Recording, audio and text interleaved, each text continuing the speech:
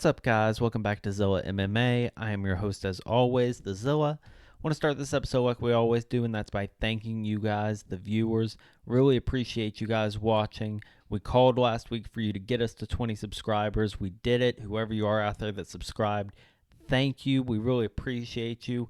Leave a comment down in the comments. I'll give you a shout out if you're subscribed.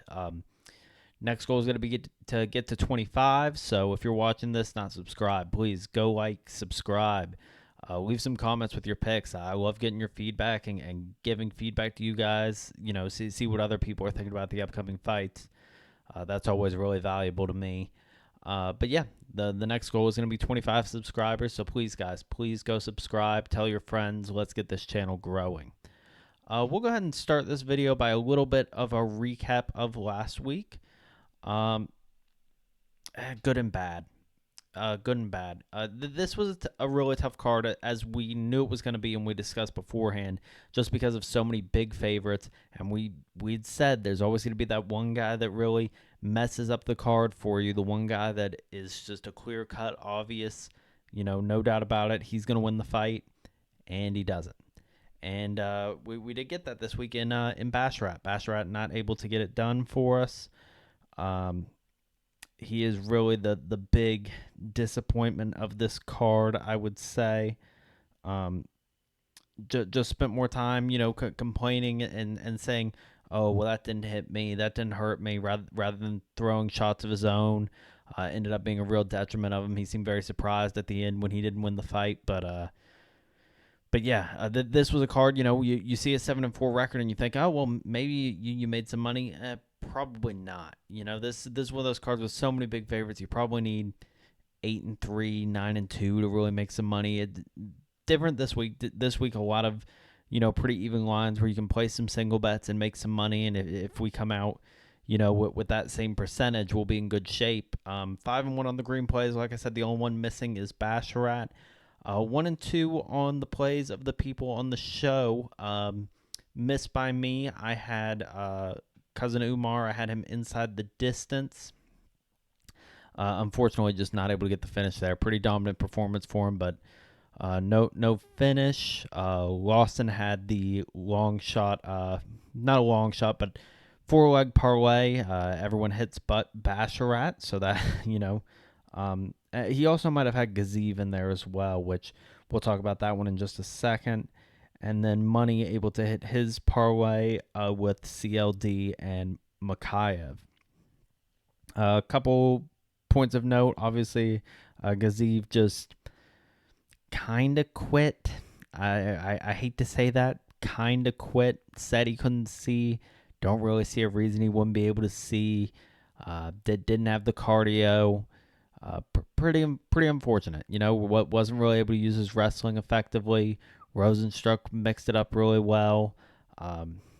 Yeah, I mean, Gaziv is what a lot of people thought he was. He's a so heavyweight. He got a really early chance at somewhat of a gatekeeper and was not able to make it through, and unlikely he's ever going to. He's probably exactly where he belongs in that division. We discussed Umar a little bit. Makayev, Money had that in his parlay. Myself personally, I was on the other side of that one, and I don't regret it one bit. We didn't win it, but Makayev's just not it, man. He's just not it. I wasn't impressed by him in this fight either. Perez just not quite good enough to beat him, but this guy's not a future champion like some people think he is. He's not that good of a fighter, and it's only a matter of time until he gets fraud checked. I think that time's coming up very soon. We'll see what kind of competition he gets next, but I think the move is to continue to fade him. I think a lot of people have realized that, though. I don't expect him to continue to be a big favorite going forward. Urseg able to finish Snow. Urseg looks really good. I didn't think he was going to be able to get the finish. I did pick him, but said that I thought that might go the distance. Urseg looked really good out there, though. Very, very impressive performance from him. Klein, obviously very dominant over AJ Cunningham. One that really stuck out to me on this card, the performance from CLD. We had discussed how Christian Leroy Duncan has all the tools in the world to be able to be a talented fighter in the UFC, and he's just had some trouble putting it all together. And this was a hell of a display. I mean, this was the best he's looked. This is, this is championship level looking. Just so enormous out there and so fast and so talented. I'm really rooting for the guy. I can't wait to see what he gets next, but I think he was probably my biggest takeaway of this card. But overall, not too bad. Like I said, it was a bunch of really big favorites. Most of it went the way that we expected it to go, but a hard one to make money on just because it's the way that everyone expected it to go, except for that one or two. And those one or two, I think a lot of people picked Mokaev as the guy to screw it up, including myself. A few people had different people that they had picked in there. If you were the one who picked Basharat as the guy to screw it up for you and you left him out of your parlays, then I guess you turned out all right. But I would say that was not the case for most people. But with all that being said, I think that's enough on this card. We have a great card coming up in UFC 299, so let's go ahead and get into it. All right, guys, a 14-fight card going this week, so obviously a lot to get in here. So we can go ahead and get right into it. First fight is going to be Joanne Wood versus Marina Moroz. Moroz minus 195 coming into this fight. Starting with probably the only fight on this card I'm just really not that interested in, but we've got to start somewhere, so why not here? A rematch from a fight back in 2015, one where Moroz was able to get the win, and I'm thinking she should probably be able to do the same thing here. She pulled guard and grabbed an armbar last time, and Wood just really hasn't made any improvements to her jiu-jitsu game, where I kind of feel like the same thing could happen here potentially. I also don't think the striking is as lopsided as you might think. Wood may have better volume, but the shots she's throwing just aren't that impactful. And on top of that, this is apparently Joanne Wood's final fight, and we all know what that means. 1 foot out the door. And we don't bet on fighters on this show with 1 foot out the door, something we've made a big point of in the past, and we're going to keep doing that here. I'm going to take Moroz. We will take her by submission. Moving into our next fight, CJ Vergara versus Asu Almabaev. Almabaev, the minus 500 favorite. I believe that might be the biggest favorite on this card. I do like Almabaev, but I will say that one's a little bit rich for me. CJ just has some dog in him. He can come forward and swing, and could be a problem in this fight. He also has pretty solid wrestling of his own. But it's going to be hard against a guy with the chain wrestling like Almabaev has. I mean, he even though he does usually do a good job getting back to his feet, and he probably should have the cardio to be able to keep getting back up, it's just going to be nonstop. It's just this style of wrestling that's really becoming prevalent in the UFC. And on top of that, Almabaev just has a really good submission game. He's not going to be just laying there like a lot of fighters would. He's not going to be trying to just build up that control time. He's going to be working to get a finish. I do hesitate a little bit with this line, but ultimately I think Almabaev is probably the right choice, so I'm going to take him here, and we will take him by submission. Next up, we have Rebellis Despaigne versus Josh Parisian. Rebellis is the minus 350 favorite here.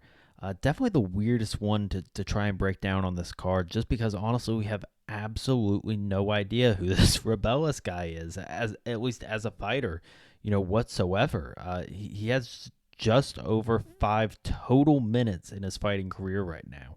There's almost no tape out there. What am I going to do with these 4-second finishes? Like, there's just not that much I can do with that, and so it makes it kind of hard to do analysis on this. All we do know for sure is this guy is one of the biggest physical freaks we've ever seen in the sport.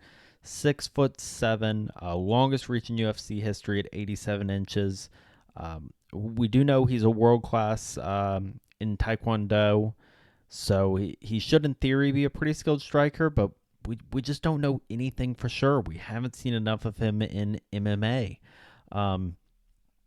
Now, what we do know is what we've seen from Josh Parisian, which is some losses to some of the worst fighters that we've had on the roster during his time here. Obviously, that's pretty concerning. It's hard to really find a reason to bet on a guy who's got a loss on his record to Parker Porter. Everything tells us that Rebella should be the absolute slam dunk here, but it freaks me out just a little bit. Well, like we don't know what his grappling's like, what his wrestling game's like. How does he look cardio-wise if this does get out of the first 15 seconds, we're not going to know for sure until we see it. But based on what we do know, I think Rebellis has to be the correct pick here, likely to get a finish. I'm going to take him, and I will take him by knockout. Next up, we have Felipe Lins versus Ian Cutelaba. Cutelaba, the minus 125 favorite here. Rebooking from actually the very first card that we did breakdowns on this video back in, it might have been October. In that video, I did take Cutelaba. I'm going to do that again here, but my confidence for some reason is just lower now than when I made the pick back then. Cutelaba, obviously very dangerous. He should be able to land some big shots, do some damage in the clinch, and it'd be even better if he really uses wrestling. He's a very skilled wrestler. But if this gets out of the first round, I just get a little scared. His gas tank is not very good. And even in that first round, Cutelaba tends to get a little reckless. If he leaves himself open to Lins, he certainly has the power, coming back at him to get the finish as well. So this is one probably going to be pretty far down the confidence rankings. It's this close to a pick'em for a reason, but I do think Cutelaba has the better weapons. I do think he has more finishing ability, and there's probably a pretty good chance he's able to get Lins out of there early. So I'm going to side with Cutelaba. I'm going to take him in the spot by knockout. Next up, we have Michel Pereira versus Michael Oleksiejczuk.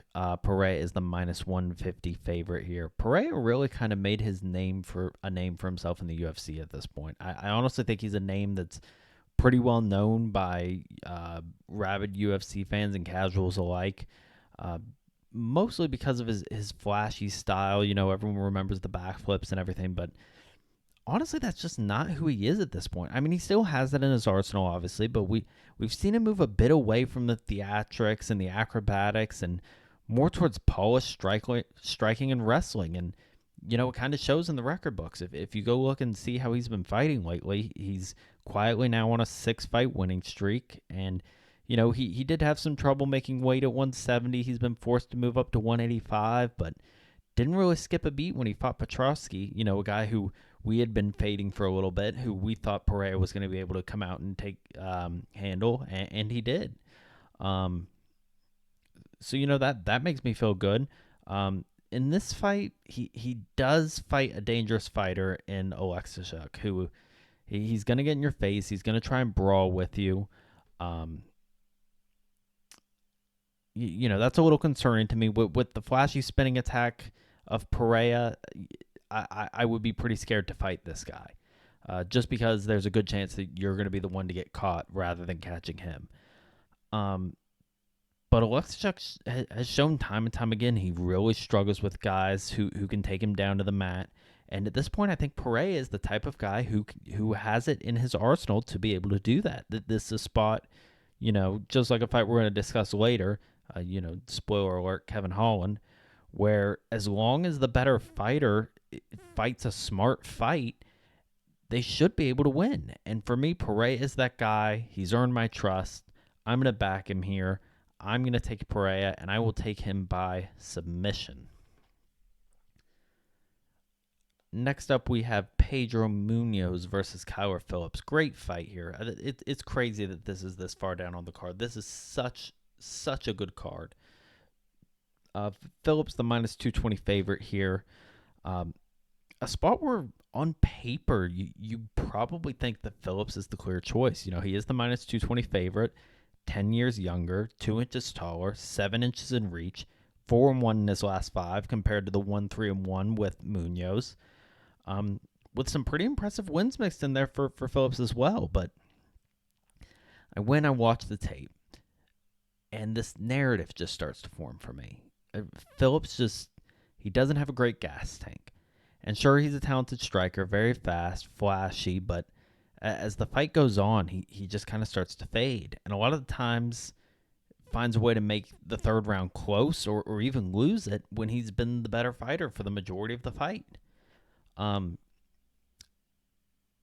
shouldn't matter if this super talented guy is coming in here. He should be able to get the fight finished inside the distance. So it wouldn't really matter that he's losing those third rounds, right? But against Pedro Munhoz, you're not going to finish Pedro Munhoz here. He's taken some beatings in the past, and he's never been finished in his professional career. I have no reason to believe that that's going to start here.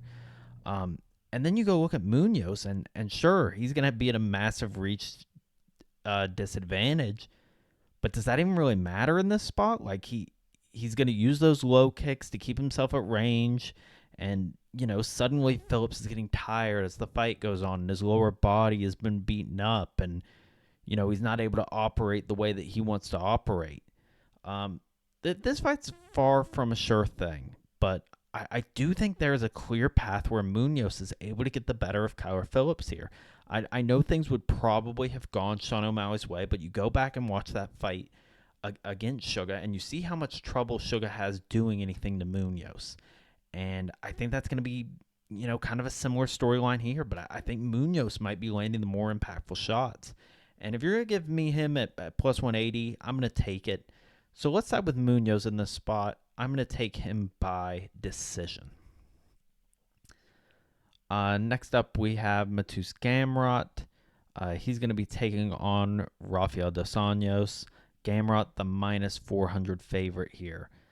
Just a brutal matchup to give RDA at this point in his career. An all-time great. There's no denying it. Former champ. Fought some of the best fighters in the world, but you kind of got to sit back and look at the reality of this fight. The man is nearly 40 years old. He's spent the past couple of years at 170 and now is trying to make the move back down to 155. Struggled with opponents with skilled wrestling and now gets one of the best chain wrestlers in the division. I have doubts he'll even be able to make this weight cut at this point, but if he does, you have to think he'll be compromised, and that's just not something you can mess around with when you're facing a guy with like the cardio of Gamrot coming back at you. I mean, I really have all the respect in the world for RDA, and maybe he can find some success on the feet here, but this just feels like a nightmare matchup to me. He could still have some left in the tank. I could see him having some success against lower level opponents if they were willing to give them to him. Often these former champs, though, just get fed to the wolves at this point of their career just because of the checks they're making. They need to be in big spots like this, and this is a big spot. I don't think it's a good spot for him. I'm going to take Gamrot. We'll take him here by decision. Next up, we have Caitlin Cerminara versus Macy Barber. Barber minus 200. Barber on a nice little run here, but I think this could be a pretty tough fight for her against Cerminara. I'm trying to remember to say Cerminara. She is formerly Caitlin Chookagian. Barber certainly the best, certainly not the best, but the better fighter in this matchup. She's going to land the more impactful shots and cause more damage, which is what should win you a fight. But we all know that's just often not the case in the UFC. Cerminara fights with a style that's just built to get decision wins. She's going to throw a bunch of strikes, probably not land many of them, but she'll be throwing them. A lot of them landing on the air and making plenty of noise, so you know that she's throwing them. She won't do a lot of damage, and it's. I hesitate to say this, but it's probably a prime example of what's wrong with women's MMA. But that being said, volume matters, and she could win, purely based off of that. She also has some grappling in her arsenal. We haven't really seen her use it, but uh, if she could use that, it would really shut down Macy Barber's offense. She's not very good against grappling. Not a fight I'm really interested in betting at all, but I do lean towards the dog in this matchup. Give me Cerminara, formerly Shukagian, and I will take her by decision. Next up, we're going to go with Curtis Blaydes versus Jailton Almeida. Almeida, the minus 115, very, very slight favorite here. There's a video on this channel, one from very early on. I don't even know if it has 10 views. But it's a video I made that I think is good to go back and watch in preparation for this fight. The video, if you're interested in watching it, it's called My New Least Favorite Fighter. And it's where I break down Almeida's last fight against Derek Lewis. Just a lazy, half-hearted performance from Almeida. There's no better way to describe it, in my opinion. Where I just saw everything I needed to see to pick against him in this fight. First off, the guy's just not a heavyweight. He's going to be coming in here without cutting weight, probably about 30 pounds below the limit. A good chance he's 40 or more pounds lighter than Blaydes coming into this fight. Second, has no volume on the feet or on the ground. The guy refuses to take any chances whatsoever. I think Blaydes should land more on the feet, even though Almeida's probably the faster and more talented striker. And, if Almeida doesn't do any damage to him on the ground, I don't see how he wins this fight. Now, a lot of people are going to argue that even though Blaydes is a great wrestler, we haven't seen him against a guy where he needs to use takedown defense. Not a lot of great wrestlers this day and age in heavyweight. Never really has been, outside of guys like Cormier. But we haven't really seen it from Almeida either, and he's gonna have someone countering his wrestling with a wrestling arsenal of their own, and facing a guy who knows how to wrestle, who's 40 pounds heavier than you. And, that's a lot different than, fighting a guy like Derek Lewis, whose defense to takedowns is just to try and stand back up. I don't like Almeida. I think I've made that pretty abundantly clear. But he certainly has a shot here if he can control Blaydes or find a finish. But I just see Blaydes laying on his back. I don't see Blaydes laying on his back, letting Almeida control him for 3 rounds. And I don't see Almeida as the type of power puncher who's been able to finish Blaydes in the past. That's really been the quickest way to beating him is being one of those prolific power punchers. I see more paths for Blaydes here. I think he can get it done, and he's going to be my pick here. Give me Curtis Blaydes. We'll take him by a rare heavyweight decision. Next up, a really interesting fight, one I've gone back and forth on all week. Petr Yan versus Song Yadong. Yan, the minus 125, very, very slight favorite here. Yan's a guy I really feel bad for. A career that just hasn't played out the way it probably should have. He's a way better fighter than it seems like he gets credit for these days. I remember back in 2020 when he had the belt, I thought he was going to be the champion at 135 for a really long time, and now it's hard to even remember him as a champion at this point. The illegal knee happened against Aljamain Sterling in a fight where it really seemed like he was starting to take over. He was going to be really dominant, and that just changed his career forever. He's been 1-3 since that loss. A couple of those very controversial split decisions against, some of the best fighters in the division. And he's not really getting a break here either. Having a guy like Song Yadong, a very talented fighter that he's going to have to face here. Song, fantastic boxing. And unlike Yan, he's a guy who starts very quick. Great speed. I could see him getting out to an early lead in this fight, but in my opinion, he just hasn't faced the level of competition that Yan has. And he's just a lot more one-dimensional to me. He has really good striking, but, Yan can come at you from all different angles, great boxing, has wrestling. This may be a live bet situation now that I'm thinking about it, because I do think there's a good chance Song takes the first round, but I think Pereira is going to match his boxing and also be able to use the wrestling to give himself the edge here. Just give this a little deeper dive than the initial look. Don't let the record fool you. Jan's still a great fighter, and I think he may be able to use this spot to get himself back on track. I'm hoping he can. I'm gonna side with Jan here. Like I said, this may be a live bet type situation, but I'm gonna take Jan. I'll take him by decision. Next up, we have Gilbert Burns versus Jack Della Maddalena. Maddalena, the minus 165 favorite. Two very talented fighters, but there's a little bit of a reason to be concerned for with both of these guys. I can understand concern going both ways on this one. With Maddalena, after an absolutely dominant start to his career, we've seen some holes exposed in his last couple fights, and had to squeak out a couple split decisions in his last two fights. Only 27 years old. I think a lot of people kind of discount that or don't remember that. But he's still making improvements to his game, having to do so against a pretty high level of competition, though, which can be kind of difficult. But it does have to make you worry a little bit when you're facing a guy as talented as Gilbert Burns. He's been at the top of the division for quite a while now. For Gilbert, on the other side, coming off of one of the worst performances in recent memory against Bilal Muhammad, credit a lot of that to an injury that he was dealing with, pretty obviously, in my eyes.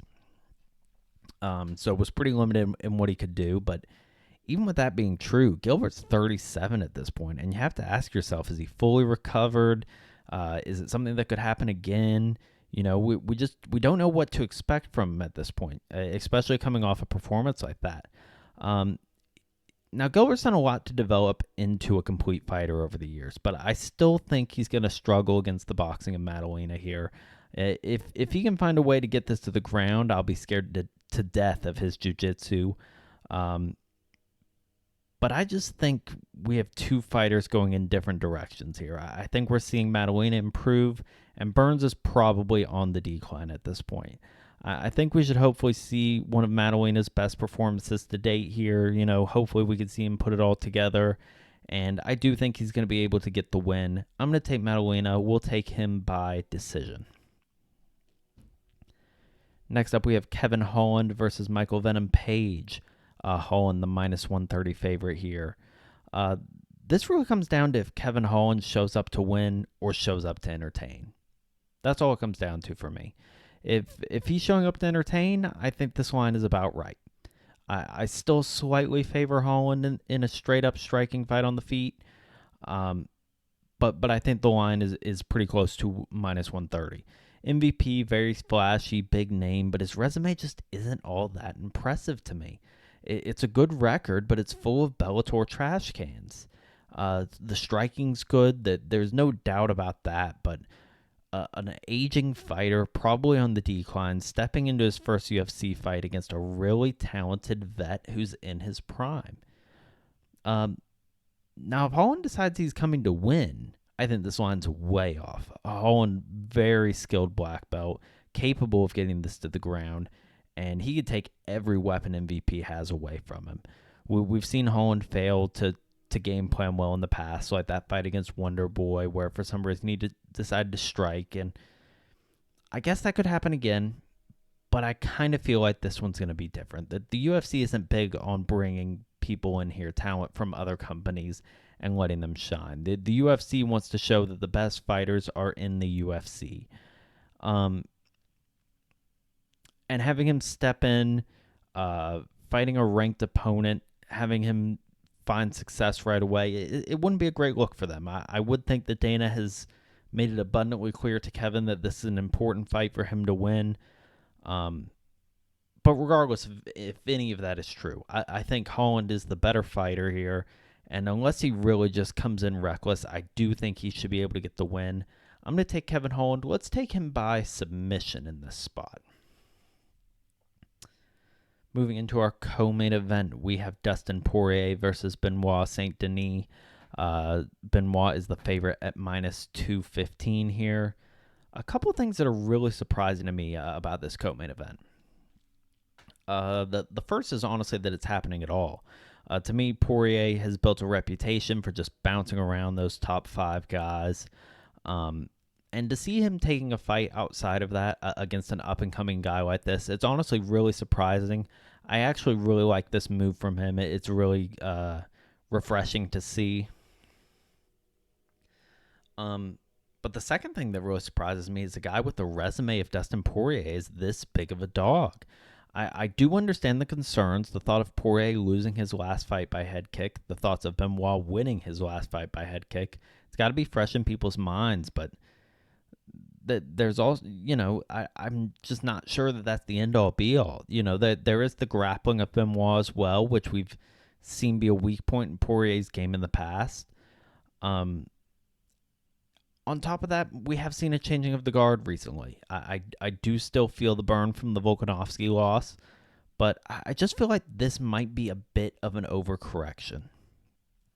This is a massive step up in competition for Benoit, and the pressure and the volume we've seen him press opponents with in the past, it's just not going to come as easy against a guy the caliber of Dustin Poirier.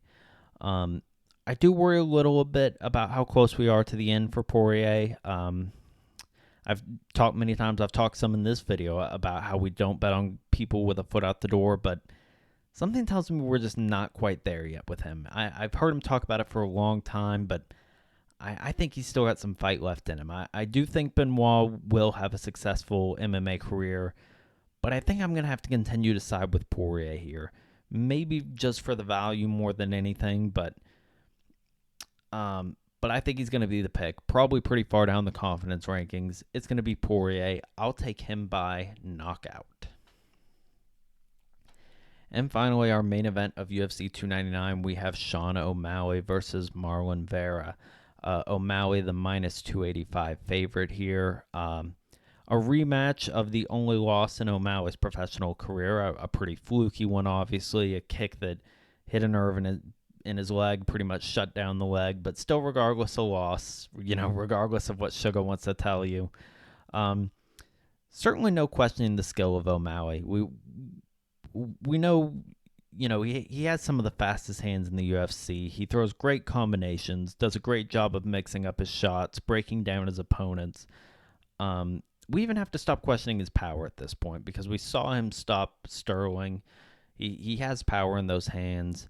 But unlike a lot of people, I still do somewhat see Sugar as a flawed fighter. I think guys with wrestling backgrounds can definitely give him some trouble. He was able to get the better of Sterling, but I still think that's a fight that doesn't go his way more often than not, and he's going to be in danger eventually when he ends up in that fight against Moroz, which we all know it's eventually going to happen. That's going to be a really tough fight for him. Not saying he can't win, not even saying I'd side with Moroz. But for this fight, stylistically, I think it's really in his favor. Facing a guy in Cheeto who's just a slow starter, one of the slowest starters we've ever really seen in the UFC for the first round, well into the second round. And Sean's going to be able to do pretty much whatever he wants until Cheeto decides he wants to start a fight. Now, there is a nagging thought in my head about Sean eating some defensive leg kicks. I don't think I need to worry too much. He's not the same guy he was 4 years ago. He's stronger. He has a broader skill set. He's just overall a better fighter. I'd be lying if I said I wasn't a tad bit worried if this does make it to the championship rounds, just because we really haven't seen him there before. But he does have a good skill set for it. I don't think it's really going to be a problem for him. The only concern really is that is where we know Cheeto can thrive. But with Sean's ability to work the body and take his opponent out of the fight, I think he's going to be able to dismantle him and take away, that late onslaught that Cheeto is capable of. I think Sean should be able to make this his fight. And as long as he goes out and does that, I actually think this should be a pretty easy outing for him. I'm going to take O'Malley here. I'm going to take him by knockout. So, guys, 14 fights. That is a lot of fights. But I think we've got some good information here, and we've got a little more coming your way now. We have Jay Money and Lawson coming back on here. Like I said, 1-2 last week, but I think we've got some better picks coming at you this week. Here are your locks of the week. All right, and we welcome back Jay Money and Lawson. Coming off a mixed week for us. Before we get started on this week's analysis, anything on last week? Jay Money, I bet you've got something you like to say about it.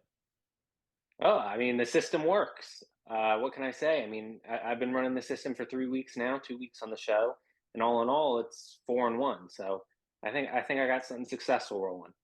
All right, and going to be using the same system this week, I would presume. That's correct.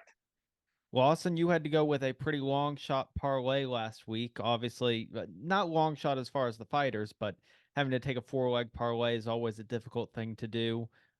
Any thoughts on that at this point? Don't want to talk about it. Died early is a tough one to live with. Had to get cute. Don't want to get cute anymore. A lot of fighters on this card that are closer to even odds, so much better week in terms of picking fighters. But cooked it Yeah, up. Knew it had a tough chance. Just trying to hit four. But we move on. We move on, and we come back with vengeance this week. agreed. And this isn't an easy card necessarily, in my opinion, at all. There's a lot of very close fights, like you said, but I think there's some spots on this one. I'm hoping that we all found some, maybe separate, maybe the same. Anybody have any interest in going first here? I'll go first. I'll take it since I won last Let week. the hot hand run. Go ahead, Jay Money. All right, so my system has two plays this week, but they're both, they both have reasonable odds. So I'm only going to take one instead of parlaying the two. So my pick this week is going to be Jack Della Maddalena against Gilbert Burns. Okay. I very much like that pick actually. I am on that side as well. Um, a little bit concerned with Maddalena, back-to-back split decisions. It has to concern you a little bit, but looking at the other side, I think there's a lot more that's concerning about Gilbert Burns, the age, the injury, all that feeds into it. So I assume a lot of that goes into your analysis with this. Yeah, I mean, as long as Jack Della Maddalena doesn't pull a guillotine like he did in his last fight or the fight before, uh, he just has so much better hands than Gilbert Burns. I mean, I look was gonna back say you all the way back to the Dan Hooker fight. right, and you would think he would be able to thoroughly outstrike him, even in the wrestling department. Do we really consider Gilbert Burns much of a wrestler necessarily? Like I don't feel like that's even that lopsided. I just think that there's so many more paths to victory for Maddalena than there is for Gilbert Burns at this point. Yeah, I mean, I think his defensive grappling is good enough to keep it on the feet, and if it does go to the ground, which I hope it doesn't, and he doesn't pull another dumb guillotine. I think he can survive on the ground and get back to his feet. Agreed. Well, I very much like that pick, J Money. I think it's a good one. I think you brought it again this week. I think that's something that has a very good shot of hitting. Let's see what line did I got that at minus 165. Do you have that at anything different that you got it on this week? It's around that number, yeah. Okay, awesome. Lawson, let's go ahead and get over to you. What are you seeing? Okay. So we're going with a loss and lock first. We're actually dabbling in one of the women's fights this week. Oh my. We're going with a two fighter parlay. I like Macy Barber. I think she wins this one. Uh, Oh, I like Macy Barber. Shukagian, I mean, she's what? She hadn't fought in 2 years. She's dealt with a lot of personal problems. I'm not going to get into those, but there's just a lot come out about like all the mental toll that all these personal problems have taken on in the last 2 years. So Macy Barber, I actually like. I think she comes out. I think she wins the fight. So that's the first leg. Second leg, got to go with O'Malley. Coming off the fight against Sterling, I think he's got more than enough to win this one. Probably inside the distance, if you ask me. But parlay those two together, you're sitting at plus 110. I think there's incredible value in both of these fights. okay. So let's take a minute on each of these. So we'll Okay. start with the women's fight, which is something that we've typically made a constant decision to stay away from just because of the volatility that comes with those fights. Very difficult to predict. I do think you make some good points on the side of Macy Barber.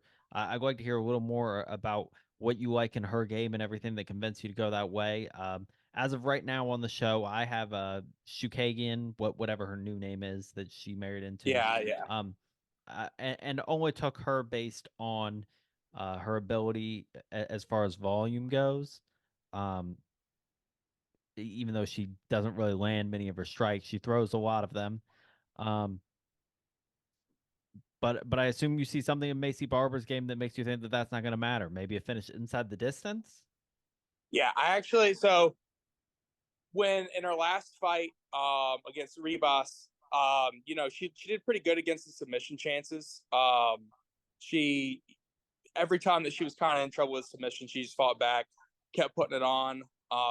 Ended up winning by knockout. It was pretty brutal throughout the 2 rounds that the fight lasted. I think she's got pretty decent striking. But I'm mainly just kind of fading right here. Like, this is kind of a similar strategy I've taken with a couple other fighters in this series. We kind of just faded fighters that I was lower on, and I really think that this is going to be a tough spot for Shukagian to come back in and come out after a 2-year rest with all the things that she's dealt with as well, and really put in a good performance. J Money, I know you're not that big on the analysis of these fights. Have you looked at that one in any capacity, or is that one you've just completely written off, didn't even consider? I didn't consider it at all. I'll give you a bonus money play. Minus 10 million. I'm never giving out a women's fight on here. Well, to be fair, I do very much like the other leg of your parlay. I think O'Malley is probably a good bet this week. Uh, Cheeto obviously being a slow starter, and Suga really going to be looking to pour it on. Might have him too hurt for him to really turn it on in the later rounds like he'd like to. Might not have it in his bag at that point. I think that's a really good pick. One that I gave on the show. One that's very high on my confidence rankings this week. So I do feel very good about that one. As far as my pick for this week, gone back and forth on a few of these. I finally came down, and I think I'm just gonna have to go with Kevin Holland on this. I think Kevin Holland is the right side here. You know, as long as he fights a smart fight, I don't think this is particularly close. And I talked about this earlier on the show. Minus 130 is the right line to me if Kevin Holland decides to stand and strike. If Kevin Holland does, I think he's still a little bit better, even if he fights that fight. If Kevin Holland gets him to the ground and uses his black belt skills, it's not close, in my opinion. It's really not. Um, MVP hasn't really fought anyone of any high level skills. Uh, Bellator talent, I guess. And Dana's kind of made a point of not wanting to let those guys get success in the UFC. I would be very surprised if he hasn't had some kind of conversation with Kevin Holland telling him how important it is for him doing this fight. We've seen that in the past with these guys coming over here. They want to show that the talent level is lower in these uh, in these other companies. So that's one that I feel really good about as well. Yeah, I also like that pick as well. I was definitely going to be on Holland. Kind of wavered back and forth on if I wanted to make that part of my play. So glad that it's yours, so I can take it without having to feel any heat if he does lose. But I do like that pick. Yeah, and I'll say Holland is actually the second fighter in the system this week, so that's a pretty good parlay. If you put those two together, if you put all the plays from this segment together, you might have something going for you there. Yeah. That's probably some pretty big plus money there. Okay, well, anything else from you guys this week? I think we've got some picks, hopefully a little better than last week. Again, thank you to Jay Money for landing that pick for us last week. Lawson, I think the issue for you might be that you weren't physically in attendance last week. I know. Maybe that's what messed that play up. I think that might have definitely played into it, especially coming off the loss. I said that coming off that loss, we were going to go back to a portrait instead of landscape on the filming. Didn't get a chance to last week. Now that we're back to straight up and down, no doubt in the world that we're coming back. We're making this 4-2 segment. And just taking a look at this on my book right now. You can get our 4 plays parlayed around plus 500. Don't know if that's the smartest play in the world to make some big parlays on people where you can make some individual bets on these. But it is interesting for sure. And why not put a little half unit on it, maybe a quarter unit? Just see. Why not? We're gonna go undefeated at some point. It's gonna happen. Hey, I'm cooking up a 15-1 for this weekend. I'm putting 2 units on the 15-1. We're all eating. Love it, guys. Well, thank you as always. Really appreciate y'all's input. Hopefully we have a better week this week. Definitely. Thank you again to J Money and Lawson. Really appreciate having you guys on the show. You guys do a great job here, bring a bunch of great content, and I think we've got some great picks this week too. So make sure you guys check them out. They've got some great picks on here. Really enjoy talking to them and getting their input as well. Looking at my confidence rankings for this week, Gamrot up at the top for me. Feel really good about him this week. Think he's going to have a really good performance. O'Malley, a guy I'm very confident in. Pereira, Holland, Maddalena, all guys that we've talked about that I feel really good about. Maddalena being Josh's lock, Holland being mine, O'Malley being part of Lawson's parlay. These guys at the top are some people I feel really good betting on this week. Down at the bottom, I'm just never confident betting on women's MMA. I've got the 2 women fights down at the bottom there. Munhoz almost slipped into the yellow for me. Being as big of a dog as he is, tough for me to put him there. Same with Blaydes. Just there's a little bit about him I don't trust, so I have him down in the red this week. But everyone in that yellow is very bettable this week for me as well. Just not quite the confidence of the green bets. But yeah, that is the confidence rankings. Feel pretty good about how I've lined those up this week. Going over our bets again, your lock from Lawson, the Barber O'Malley parlay at plus 105. J Money brings you Jack Della Maddalena at minus 165. And I have Kevin Holland at minus 130. All bets that I think we all feel pretty good about. I don't want you to think those are the only bets we're giving. Use these confidence rankings. Use all the picks I've given. Just because these bets miss don't mean you can't make money. You use a little creativity of your own. Use the information I've given you. But we feel good about these ones this week. I think these are going to be really good for us. And then we have our prize picks as well.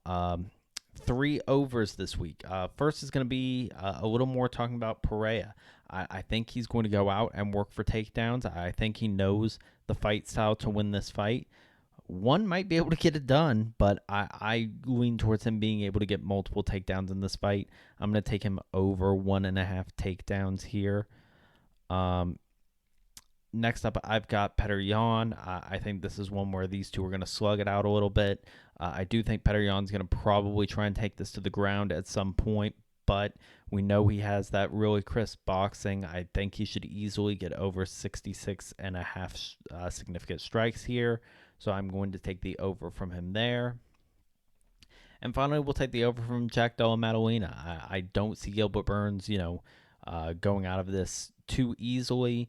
And that means Maddalena is going to have to land some shots. Like we discussed, he's got really, really good striking. I think he's going to be able to piece up Gilbert. I see him getting over 67.5 significant strikes here.